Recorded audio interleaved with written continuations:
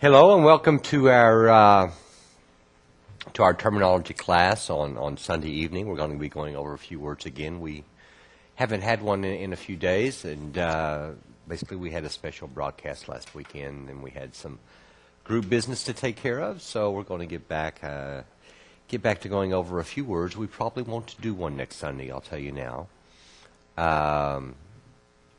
And that may change, but right now it doesn't look like that we'll be doing a terminology class next Sunday. We're going to start off, and again, if you have questions with regard to the words that we're talking about, please feel free to put them through the system, and we'll be happy to go over them for you. We're going to start out with two terms. The first term, and you have to do these together, is gar, dibina, and zat, dibina. What these two terms mean.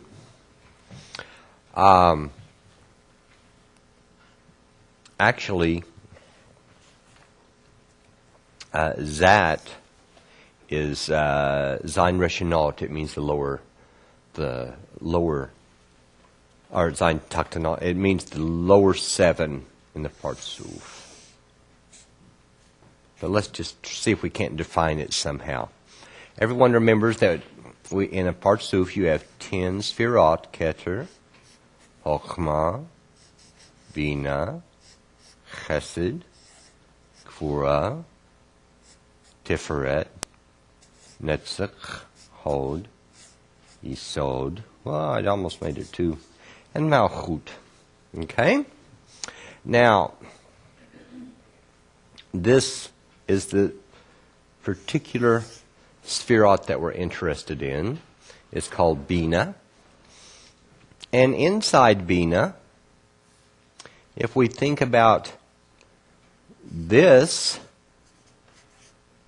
as being the Partsuf of Bina, we have vessels of bestowal, and we have vessels of reception. The vessels of bestowal are called the vessels of gar. The vessels of reception are called the vessels of zat. Oftentimes, it's divided right here in the middle of Tiferet. You're going to be hearing about this, by the way, at 7 o'clock, at 7 o'clock Central Time, 8 o'clock Eastern Time. At the lesson, we will be going over some more of this, and it's very, very important. Very, very important tonight, because what are we going to be talking about? Where we fit into the system. And that's always interesting, because we go through this entire system from the 4 phases of direct light, of course, the initial thought of the Creator. 4 phases of direct light. We go through Gagalta Ab Sagman Ban in the world of Adam Kadmon. We go through the world of Nikudim, the breaking of it, the creation of the world of Absolute in order to correct what broke. And the worlds of Bria, Yetzirah, and Asiyah, to all the way down to this world called Olam Hazeh, which actually this is complete and total concealment. This is the total absence of spirituality. So, it's going to be very, very interesting tonight. What in the world? Where do we fit in here? What's our role? What are we doing? We're also going to talk a little bit more about what is this thing called B'nai Baruch?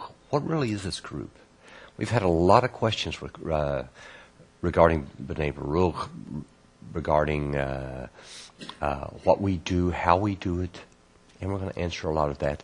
What is it to be a member of this organization, that type of thing? And you'll find out tonight. So, why do we have this Partsuf divided into 2 areas? Let's talk for a minute about another word that we're going to be looking at, called Zier Anpin, meaning large face. It is made up of, which equals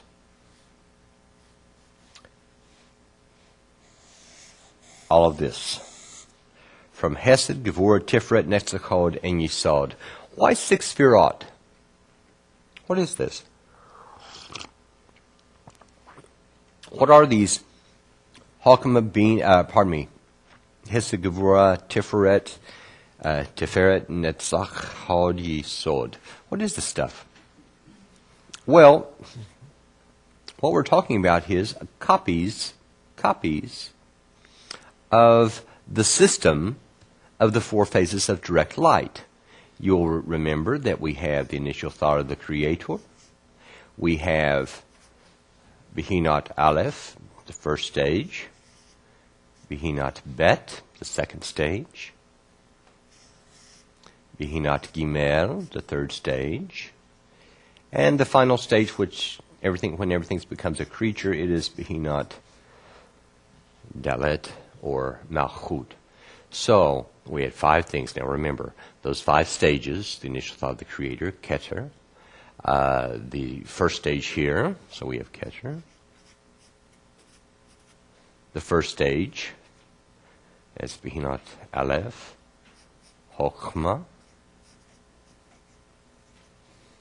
The third stage here, Bina. Next stage is Zeranpin, Zeranpin, and the final stage is Malchut.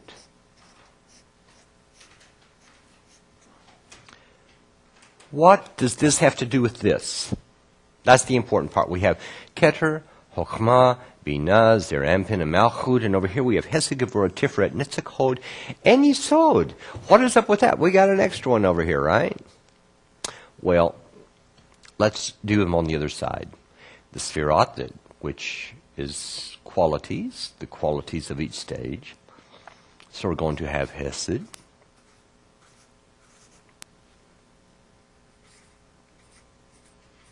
Gevurah. Actually, this thing should almost be spelled G:V because it's really not pronounced Gevurah. It's really Gevurah, like a G:V. We have a lot of words like that in Hebrew, to where it's difficult to pronounce because we don't have those type of syllables. For instance, the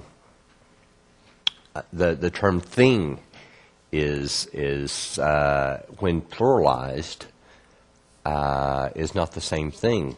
It loses a syllable and just becomes 2 letters together with kind of a colon separating them. In other words, they make a new sound that we don't have. We do not have. Bina,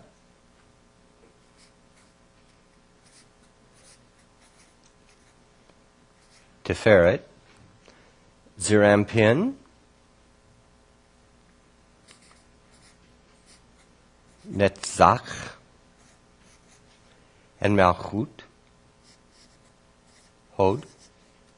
And so what's the problem here? What do we do with this last one, this Yesod? What is that? Would you believe if you combine all of these phases together into one thing, you get this?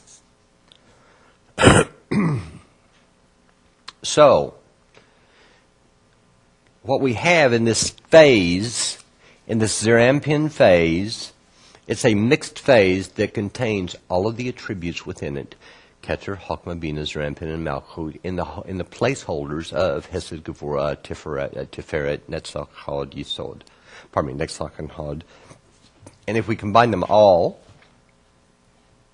it means that we call it Yesod. All these qualities, all into one single thing. Okay? Now, let's get back to Gar and Zata Bina. If you think about it, Keter, Chokhmah are very, very pure vessels. There's no creature here really to speak of. Bina is that phase to where the vessel wants to, it doesn't want to receive, it wants to bestow, it wants to be like the Creator. In other words, its idea is to be like the giver. I want to be like the giver. And then at the same time, that leads to a phase to where it has to receive. Why? Because it realizes that even though it cannot be a true giver, it can't exist without receiving. It must receive. It wants to be a giver very much. But the only way that it's willing to receive is if it can do so in order to please others. So there's this part of Bina called Gar. This thing right here. Gara Bina, to put it very easily, means, do you want? No. How about no? Will you take this for any reason? No. I don't want it. Thank you. Nothing. Period. I don't want anything. What is that, Dabina? Do you want? No. Will you take? No. So what's the difference? Will you take this in order to give it to somebody else? Ah, that I'll do. Now we have something that's called Zat Bina. There is a condition under which Bina will accept pleasure. Will accept pleasure. Why? In order to pass it on to another. That's the only reason.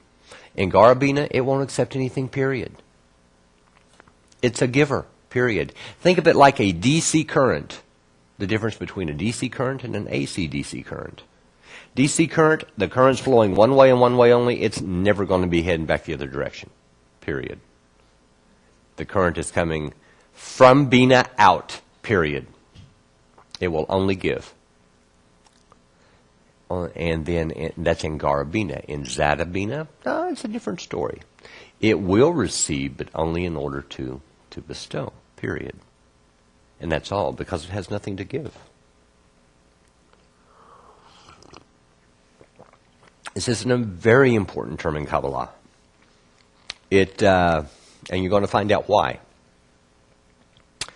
Tonight, as a small preview, if you look at this Garabina and Zadabina, there's a little bitty Tiferet is the same thing. So you have Gar of Tiferet. I'm just going to abbreviate it, Gar de Tif. And you have Zat de Tif.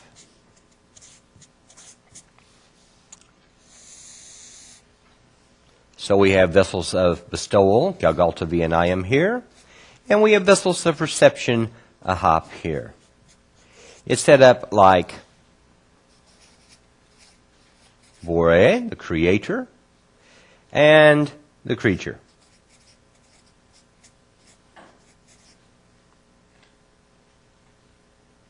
The creature meaning the only thing that was created, meaning the will to receive. Meaning us? No, not meaning us. Meaning the desire to receive, and that's it. What's going to happen here? What's going to happen is that there's going to be a point right here in between. A tiny little point.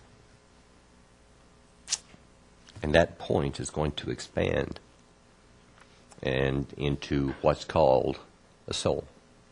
It starts out as a point. So this idea of Gar and Zat is very, very important, whether it's Gar of Bina and Zat de Bina or Gar de Tiferet and Zat de Tiferet. It's very important stuff. And we will be going over it later, so you won't want to miss that class tonight. What else do we have here?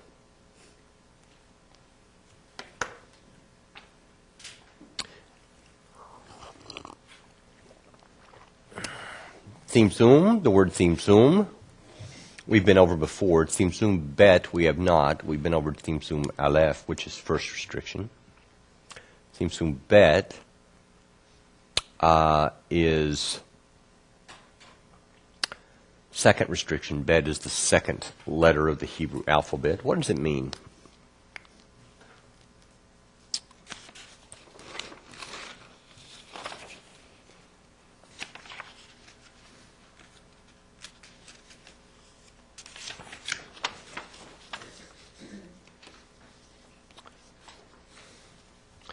Now we'll draw it quickly for you. By the way, forget the idea of tzimtzum meaning restriction in terms of corporeality. This is the biggest fallacy that you can ever imagine. It has nothing to do with corporeal restriction. So let's make sure that we're clear on that. Oh, I'm going to eat less. Or I'm cutting out alcohol. Or I'm cutting out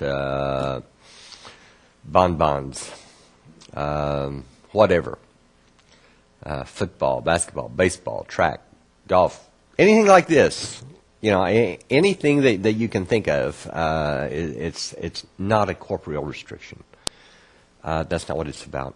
It's a spiritual thing that occurred out of absolute necessity. What is necessity? Necessity means anything that I must absolutely do to guarantee my survival. This is necessity. So, what we have here is I'm going to draw this small because it doesn't need to be any larger. We have Galgalta. We have Ab. And we have Sag. Of course, everyone remembers then, we have the world of Nikudim that's built down here. Actually, the Partsuf, Nekudat Disag, is built down here. It has 10 Sfirot, Keter, Chokmah, Bina, Hesed, Gevurah, Tiferet, Netzach, Chad, Yisod, and Malchut. And of course, these are where those big bad boy desires are down here. Those vessels of 3, 4. The light is expanding out, is withdrawing from the Partsuf of Sag. It reaches a place to where it has Hitlapshut of 2 and Aviut of 2, both of the level of Binah, right? Both of the level of bestowal. And what's going to happen? It's going to say, hey, perfect, couldn't be better. We have two qualities here. The quality of Aviut, of desire, for the pleasure, meaning a quality of bestowal, in other words, wanting to give pleasure, wanting to give it, and the quality of the light, which is the pleasure from giving. The light that fills that vessel. So, what's going to happen? It's going to send that light down below. Below the tabur,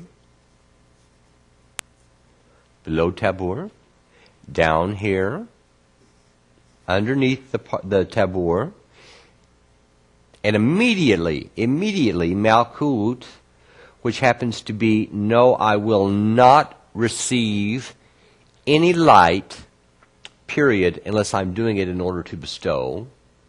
Think of it as a form of judgmentalness. It says, nope, not going to happen.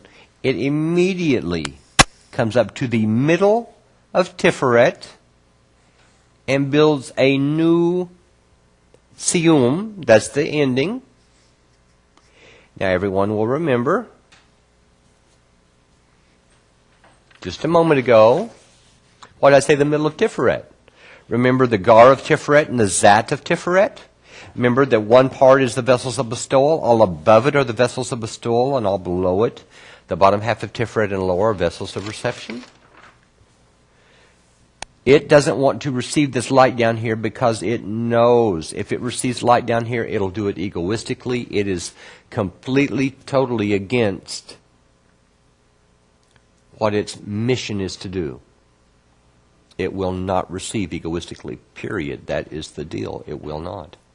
That's why we're in the situation that we're in right now. What is the situation? Complete, total concealment of the Creator. Why are we in this situation? Because the only way that we could perceive the Creator is egoistically. So it must be done this way. So, again, Malchut rises and forms a new siyum, a new restriction, saying, nope, this is the second restriction. Very, very, very important restriction. We got that. Oh, we did leave this out. What is this restriction called? What's this place in the middle half of Tiferet? What's this place called? It's actually called Parsa. Parsa. Now, what was this original thing down here, this siyum? This is the siyum of Galgalta.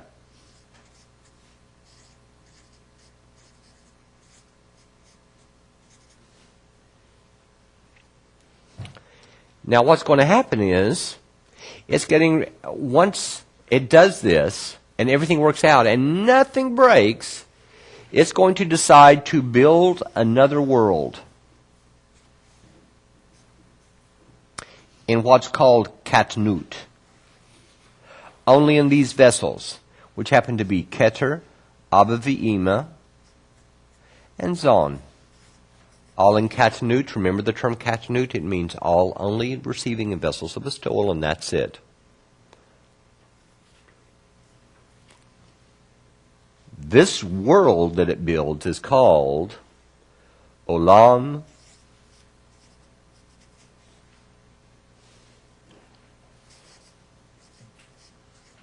Nekudim. The world of Nekudim. A question. Oh, our friend from Japan, Yasukuni. It's very good to hear from you, my friend. I've not seen you on the forum, but then again, I haven't been there a lot. So we are most certainly hoping that you make it to Congress, dear friend. Where is Yesod of Zerampin? Depends on the Yesod that you're talking about, of course, because in every Partsuf you have 10 Sfirot. Every Partsuf, no matter what it is set up the same way.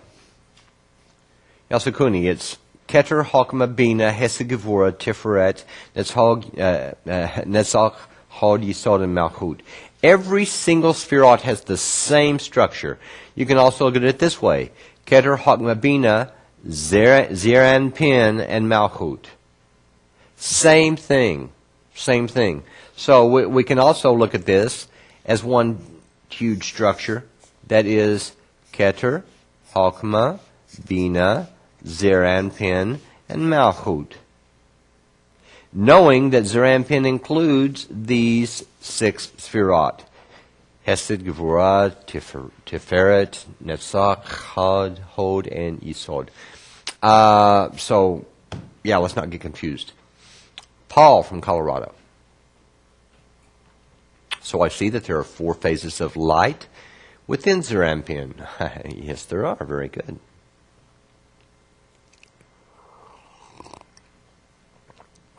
Are there also 4 phases within Keter, Chokmah, Bina, and Malchut? If not, why are the 4 phases delineated only in Zerampin? If so, why are they not delineated in other aspects, i.e. Keter, Chokmah, Bina, and Malchut? Great question, Paul. Really good question. Why? What is this phase here? These are called simple phases. This phase in Zerampin is called complex, Paul. Why? Because it has 2 actions here. What's Bina? Not going to receive light. What is Zerampin? It is the action of, yes, I will receive, but only under the express condition that I'm doing it as a giver. Now, we've gone over this many, many times in class, and you can refer back to it. But so we're going to have 2 actions. Now, what's it going to require? What does it require for me to do this? For here in Bina, I don't receive. What about in Chokmah? In Chokmah, I only receive. And in fact, I do it without coercion. It's done for me. I'm just forced to receive. In Bina, I've elected, nope, I will not receive. In Zeranpin, totally different scenario. Hugely different. All sorts of calculations now have to go on. Why? I got a problem. My entire goal now is not the same as it used to be. My entire goal is only to bestow, period. But I have to receive in order to even exist. I have a problem, right? how can I receive then and still do what my prime directive is? What a huge, difficult problem. The only possible way to straighten this out, Paul, is if I can find a way to actually be able to be performing the act of bestowal while getting something. We use an example all the time. That example is, Paul, let's say that you want to, by the way, word of caution, don't corporealize what we're saying. But this will just get it kind of into you where you'll get an idea of how it is possible. Paul, imagine for a moment that it's your father's birthday, and you're trying to figure out what to give him. Money's no object, and so you're trying to decide between, I'm going to give him tickets to the Super Bowl, well, or I might give him a trip around the world. Might like that better. Or I might get him a new deep-sea fishing boat, whatever. And you're trying to decide what he wants. And what would make him the happiest. What are you cared about? I'm worried about one thing and one thing only. I want to know that whatever is important to my father, that's what he gets. I don't care what it's going to take. So I'm going to go on a mission. I'm going to find out what it would take to please my father. And Paul, that's the only thing that matters, and it's whatever. You could care less. If he says go jump off a cliff, that'll please me. Off you go. You can Peter Pan right off that thing. But that's not what he wants.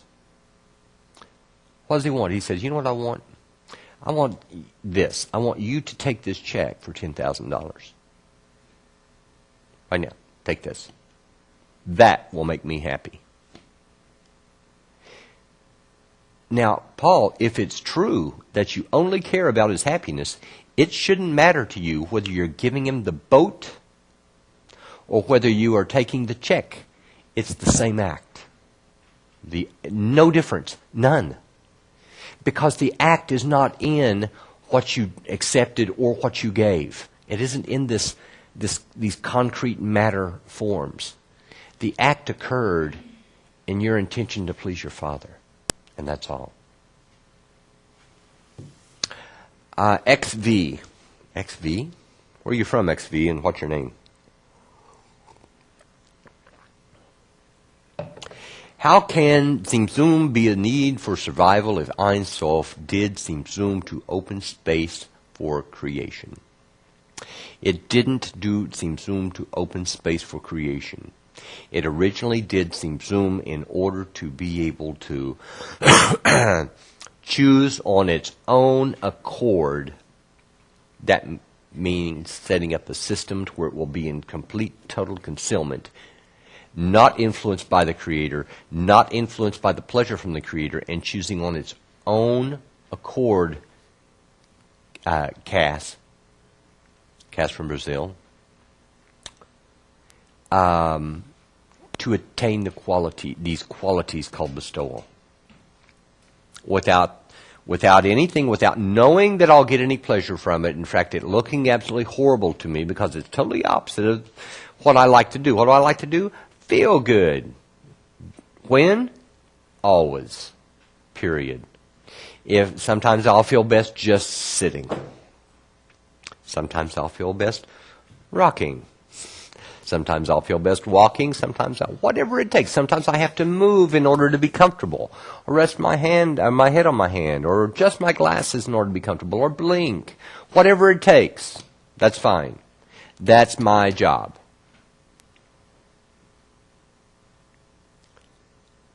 I'm coerced into all of that through pleasure. That's it, all the time. I don't make a move unless there is a benefit that I agree with at the end. It has to be something of value to me, period, or I don't do it. That might even mean something that costs me something. It might mean that I'm giving up that $10,000 and handing it to charity. How am I gaining in that deal? Because I feel better for doing it. I'm not going to. Now, by the way, and anyone that says, well, I don't do it for that reason. I don't do it to feel better. Pick a charity that cheats. Would you still give them the money? You bet you do it in order to feel better. Everything we do is in order to feel better. So, what's it trying to do? It's trying to be able to make a decision, Cass, all on its own, to change from that totally, completely egoistic quality that we now have to the exact opposite, which is the complete and total spiritual quality of bestowal, of being the giver, without being coerced in the deal. Without being coerced that we'll feel better if we do, or that we're attaining something that is got something in it for us. As long as we have a stake in the deal, it's egoistic. You already lose. It's done. It's over, period. Before it starts. So, I have to not have the stake in it. I don't have it in bestowal. How can I not have it in bestowal? If I don't know, number one, that it's what the Creator does, because then I'm just chasing to be able to do something that of what God does, because I'll be great. It's a pride issue then. Or if I don't know that I'm going to get something out of the deal, a possession deal, more like getting money for what we do, what's the reason to do it? Well, from the point of view of will to receive, there's absolutely none. None. That's the whole point. It has no reason that's going to make sense for you to do it with regard to your will to receive. It isn't going to make your marriage better. Promise you. It isn't going to make you more money. Promise you. It isn't going to cause you to be healthier. Promise you. You're going to go through the same things you would have before. So what changes? Because Kabbalah is the process of change. One thing, Cass. The only thing that changes is you, not your circumstances.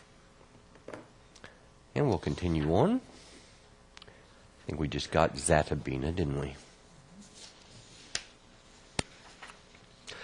Sometimes you will see in the writings an abbreviation. It's called Nahi. It's pronounced Nahi. And that's a called Yisod. It's this. And sometimes you'll hear Nahim. Obviously, Netzach, Hod, Yisod, and Malchut. So don't be scared when you see those terms. Sometimes you hear Kahabtum. Kahabtum. The Ka part's the Keter. Hokmah. Kahab. Kahab. Tum. Keter, Hogmah, Bina, Tiferet, and Malchut. Now don't get confused. Tiferet is the same thing as Zir and Pin, and sometimes it's called Tiferet. Especially by Ari.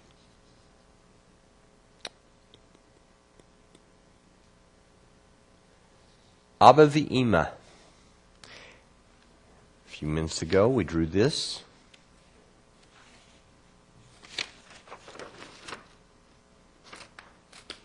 Here, when the world of Olam Nekudim is being built. Keter. Remember, this is in Katnut. What does Katnut mean? If we look at the Rosh, remember the Rosh is up here. This is the Rosh Hashanah. And I blew it up for you a little bit here. And guess what it's got? Keter, Hakma, Bina. I'm going to blow it up a little bit bigger. Zerampin and Malchut. So once again, remember that Galgaltavi and Ayam stuff, vessels of bestowal, and Ahap, vessels of reception? That's in the Rosh. That's part of the Rosh. So,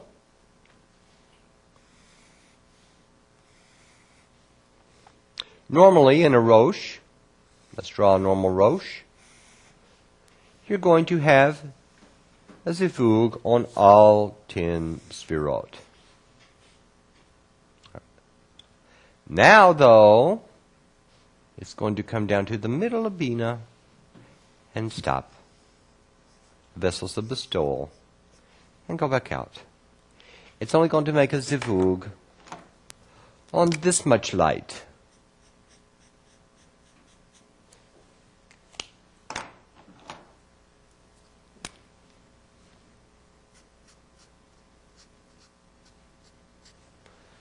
And so it will show up.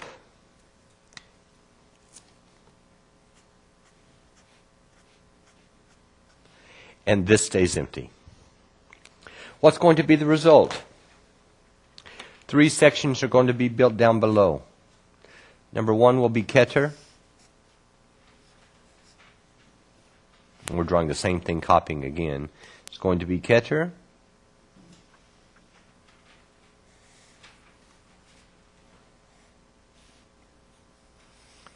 Hokmah.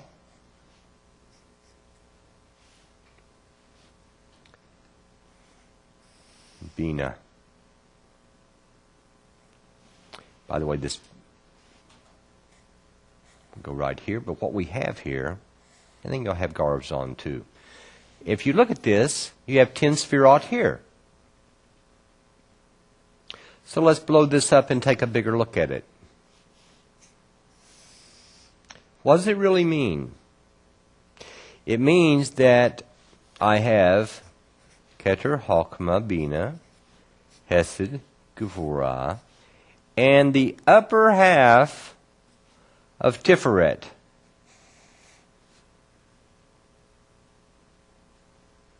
So I've got Keter,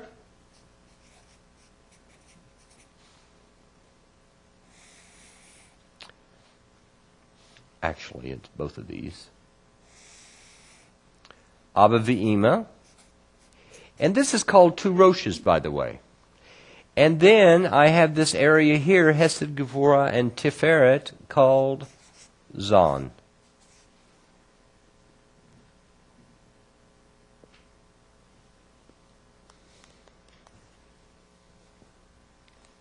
Now, what does that mean?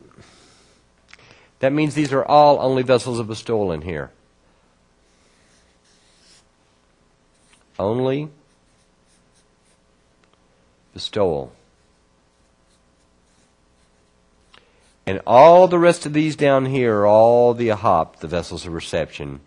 And this is actually the world of Nikudim in Katnut. And it came that way because of the restriction in the Rosh for Keter, Hokmah, and half a Bina. In other words, it's only going to work on the vessels of bestowal. And so it only uses the Rosh of each section. And that's it. Let's go to a new word here. Nukva. You hear this a lot. Nukva. What is Nukva? Think of it this way. If we are in the world of Absolute, of course, you remember from the drawings what the world of Absolute is. This is going to go into Katnut, which means all the light is going to be sit down here, and the vessels are going to break. And then we're going to get a new world built, the world of Absolute, here, along with Bria, Yetzirah, and Asiyah. So, 10 Sfirot in each level. They have Keter, Hokmah, Bina, Zeranpin, and Malchut. When we're talking about this area down here, we call Malchut Nukva. Nukva.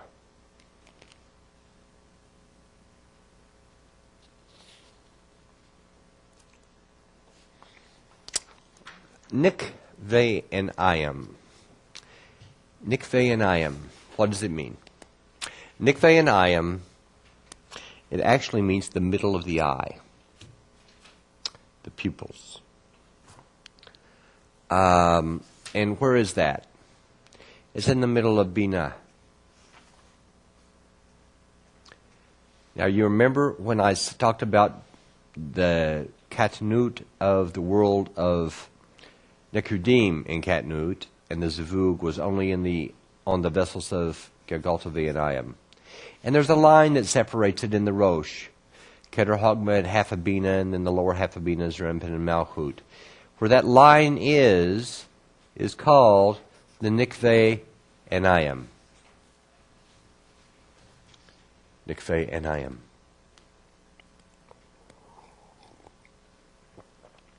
Here's a good one. Shevarat HaKilim. It means the breaking of the vessels. Shevarat is a combination form. Shvira means breaking, and Shvirat means breaking of.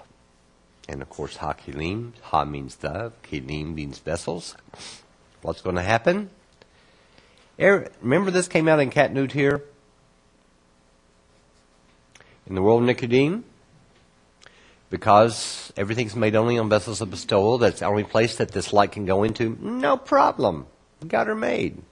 Light does not hit the vessels of reception. Nothing's going to break. But then the Partsuf has a request from all these vessels down here saying, we want light.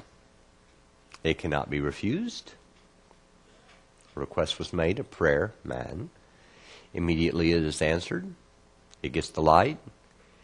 And everything comes unglued. Everything breaks. From where? From all of here. From here down. All the way down. From here. The only thing left is Keter and Hakma. That's all. 8 vessels. Lev HaEvan. Lev HaEvan. Lev HaEvan is, Lev is the word for heart. It actually means the stony heart. Evan means stony. Hard. What's Lev HaEvan? It's vessels that cannot be repaired. Where do those come from? We have all of this breaking here. 8 sphirot. Times 4 states, still vegetative, animate, and speaking. Yes? That's 32. Times 10 sphirot each section. That's 320 broken vessels.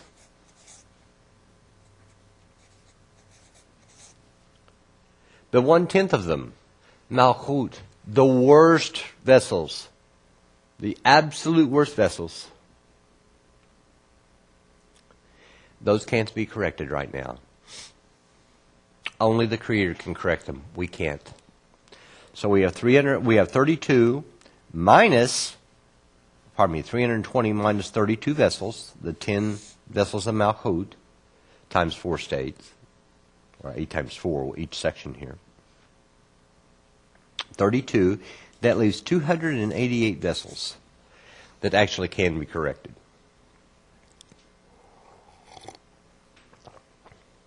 Question from Leslie in New Jersey. Mike, why does the light only descend down to the middle of Binah, and the rest of it remains empty? I assume you're talking about in Rosh. It only ascends down to the Rosh because, remember this thing called Zimzum? The light was going to be sent all the way down to here. The original plan was to send it all the way down here to what's called the Siyum. But Malkuth's guarding over this still. It's saying, no, no, no, no, no, no, no, no, no. That's not going to happen. That's not going to happen because if light goes down there, it's going to do something bad. It's going to break everything. We can't do that. And here's the rule. If you can't accept light for the right reason, like taking the $10,000 from Papa for his birthday, if I can't accept that $10,000 in order to make my father happy, if I want to take it because, how about if I'm dirt poor? How about if I'm not only dirt poor, but I'm in trouble? Have a health problem maybe and have to have money. What if something is really wrong here and I have to have it? Now, can I still take it? There's a problem. So, Malkuth says, no. No. No light down here because it'll be accepted egoistically. And so it parks itself right in the middle third of Tiferet, which actually means, if you look at this, right in the middle of Bina up here. It's going to have the same effect. It comes from the restriction. Zana from Santa Monica, I think. What is man?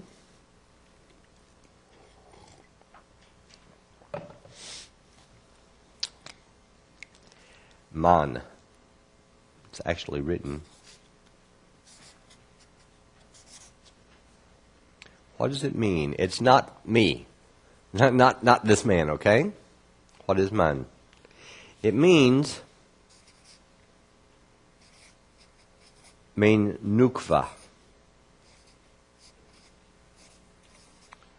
which actually means, in Hebrew, female waters. That didn't help any, did it? What is man? What is the raising of man? The raising of man is your deepest desire, whatever it is, period. The thing you want most in your heart. It is the number one most important thing in me. I have this duty and this duty and this duty and this duty that I want to accomplish, but this is what I really want above all. The deepest desire. And that's a problem. For who? Us. Because what do we have to do? Xana, we only have to do one thing. We have to want the right thing. And you can't make yourself want something. So it's a problem. We're in a jail kind of a situation. It's like, Xana, it's like being taken and dropped into the ocean. Splash. And then convinced that you can stay dry. Obviously, there's no way to do that. Nor can you just yank yourself out of the ocean and get dry. No way. How? You're in the middle of the ocean by yourself. Only one answer, you have to have help. A request for that help is called man. What help? That's the whole point. That's the hard part.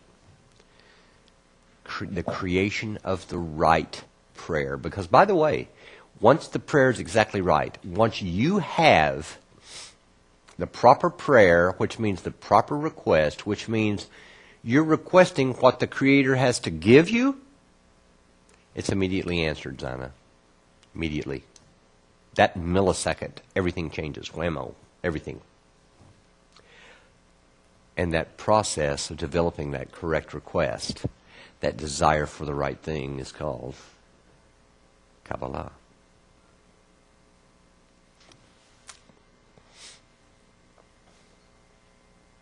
Cass from Brazil. How the parts of theme, Ma and Bon appear after the breaking of the vessels and the fall of Adam. That's real complicated, Cass. We'll get there in the lesson. We just don't have time. Monty from Washington. Hi, Monty. You say Malkuth makes the determination of how far the light will enter into the goof. Yes. What perceptive power does Malkuth have? does it possess? A roche for gauging tolerance for the light. It possesses the information about the qualities. Why? Because it possesses reshimot. What are those? Reminiscences of all those four states, Monty. Reminiscences of the qualities of what occurred, how it felt during those states.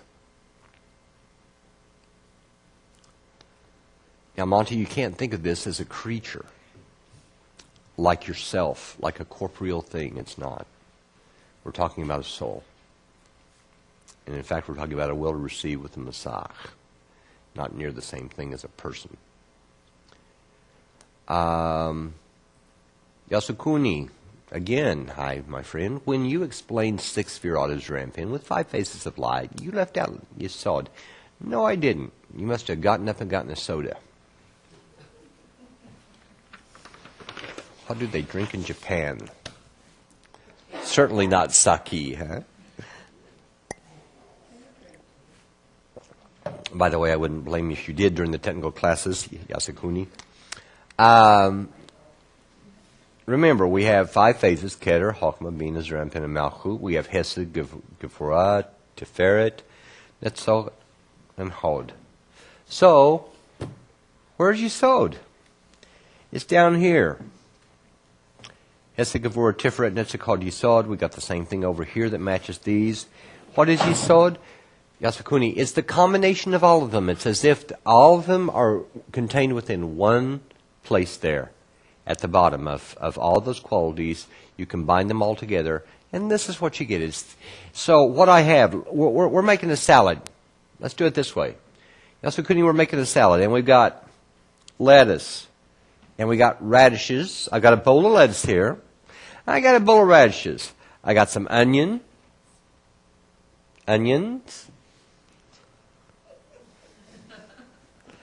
tomatoes.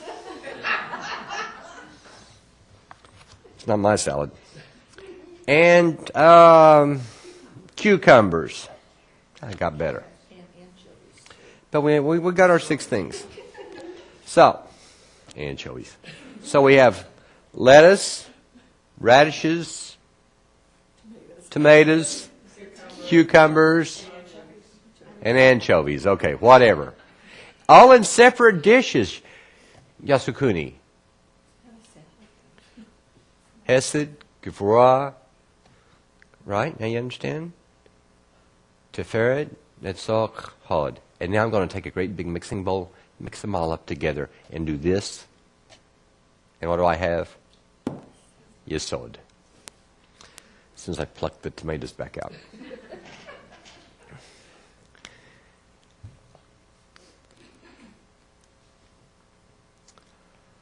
Juan Pablo from Colombia. Hi, Juan. It's a question on free will. We're way off base here. Of the Creator does all. If the Creator does all, we don't have free will? That's a problem, isn't it? Because, hey, I make a decision whether I want to throw this in the air or not. Right? I can do whatever I want. Did you hear what I said? I can do whatever I want. I always do what I want. Every action that I have is one that I actually want to do for one reason or the other. And you say, no. Now, Mike, when I was a kid, I used to go clean up my room, and I never wanted to, but I did it. Here's the question, Juan. Why did you clean up the room? If you were like me, who grew up with a red-haired Irish mother that stood over me and said, you will clean the room. The reason that I cleaned the room was because I traded this action that I didn't want to do to receive not getting beaten. It worked out great. And sometimes I did it stupidly and I got beaten, but on occasion. So we are always doing something, making our decisions based upon a pleasure that we will receive, even if that pleasure is to avoid suffering. Stoyan from Bulgaria is the proper prayer universal and valid for everyone.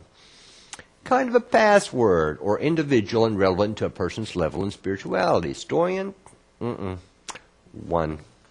One single one. Everyone, for everybody, everywhere, period. No problem. It's simple. Patty from Massachusetts. Sorry to ask, but can you repeat again what is Nukva? Yes, Malchut. Malchut. Malchut. Anywhere in the world of Absolute. Bria, Yetzirah, and Nasiya. Folks, we're going to cut it off there now. We have some preparations to do for our lesson that comes up in 33 minutes from now. And we will see you all back here. We'll be most definitely going into quite a lesson tonight. You will not want to miss it. See you later. Bye-bye.